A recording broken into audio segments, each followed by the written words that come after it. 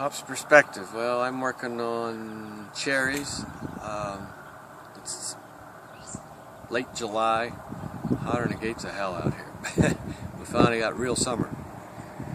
That's when you prune cherries after you've harvested them. And if you look up the row here, you can see we've done a lot of cutting. It's mostly saw work, cutting out big limbs to get light down in. Pruning a tree is mostly about harvesting the sun. If you think of a solar panel, it's just collecting sun. That's what you're doing, open a tree up so the sun can get in. And you see these trees, they aren't all pretty. That's one of the problems with apricots, plums, cherry. They're weak trees, they die. Sometimes part of it dies like this, and when we try to cut it to make a new tree out of it. We do have some replants in here. We have trees that are completely gone, like this guy. Maybe we'll put a new one in, maybe we won't. This is a replant here, it was planted back. This is a Montmorency cherry, tart cherry. The wires up here are for nets to go over top the tree. So normally that tree would grow very much taller. We're purposely trying to keep them low so we can put the net over top, keep the birds out. The birds have gotten really bad here lately, I think because it's getting very dry now. And they're after the moisture. They've been after the blackberries real bad. Was the last thing I heard got bad. And we'll go up the row here. I'll show you some, well here I don't have to go up the row. The wilt. It could be the damage we had this winter, the cold weather. They haven't been under stress until now. Now that they're getting stressed, maybe they're going to start dying on us. I don't know. We'll have to see. As you can see the wet spot here, we've started putting water in. I just noticed it today while we were pruning, while I was pruning. So we're giving them water. Again, trying to get them going.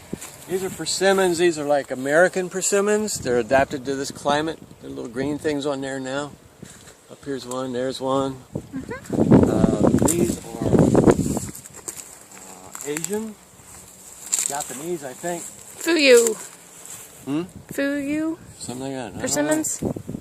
But I had to cut these trees way back. They died way back this year, so I chopped it off to try to get to new wood, and now it's starting to grow back again. So we didn't lose the tree, but we lost the crop off of it.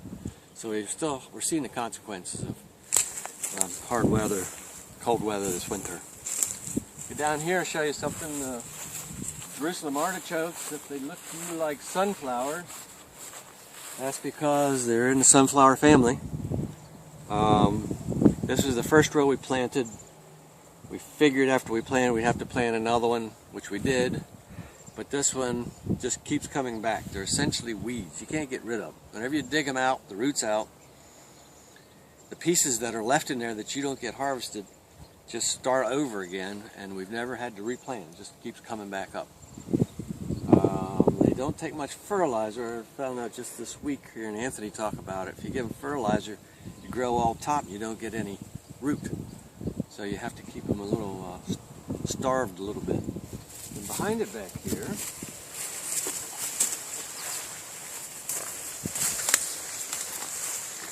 asparagus is now going to fern, and this is when you do fertilize it heavy. If you grow a big fern, big plant now, in the fall that energy goes back into the root. You cut these off in the winter time, and all that energy is in the crown and the roots, and that expresses the asparagus that we bring to market. So these are grown real good. That's a good sign for asparagus next year. So I guess that's all I got here. We're going to look somewhere else. We're in the little Pennsylvania 4-wire trellis. This is 25, 30 years old now. It's got 4 wires on it. The trees are old. They've got big wood in them. But this is what we're looking at, summer mac. They aren't far from getting ready. You can see it's starting to color. I was in here last night and summer pruned these. You need to get some of the foliage out so the sun can get to it and make color on the fruit. You have to be careful though of leaving some leaves on there as umbrellas. If it gets too hot on that surface, it'll burn. There's one on top. He'll be fine on the bottom. The one on top might burn. I might have cut too much off of him, but that's one of the risks. Behind us is Tidemans, and both of these will go on the market probably next week. You see one Tideman here, there's one that's ready. You see it's getting red. They don't all get ready at the same time. The beauty of this pedestrian orchard, pedestrian meaning you can pick it off from the ground, is you can go over and over and over and pick the ones that are ready. You don't have to climb a ladder. Sometimes you pick these 5 or 6 times to get the best stuff, put it right on the truck to go to market. And you see on the ground all the stuff that I cut off,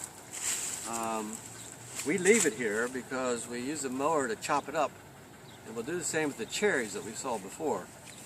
All that organic matter is good for the soil, gets chopped up, goes back in the soil. It helps the tilth of the soil and provides nitrogen for the plant. Gathering up and taking out actually is not a good thing. It means we have to add more fertilizer to the soil and worry about whether it stays loose. So we just we'll kick this stuff all in the center and mow it up, put it right back where it came from. Everything comes from the soil. And I guess we'll go look at plums and apricots. Okay, Katie wanted to do some plums, so we're out here in our Castleton. It's an early prune type plum. It's not the ones they use for prunes, but it's used for fresh market primarily. And you don't pick these until they are totally blue. That one's pretty good, and that's because it's defective. And that one will be good to eat. Yeah, it's good to eat. The ones that get ripe first usually because they've got something wrong with them. But they're pretty crop on them this year. They didn't have a huge crop, and that way they got pretty good size on them. There's some in there are very, very green yet. See, so they'll get spot picked about 3 times. And behind me, over this side, if you like donut peaches, this is Saturn. And just like the rest of our fruit this year, for some reason it's all big. Anthony brought some Saturn peaches in, they're just huge.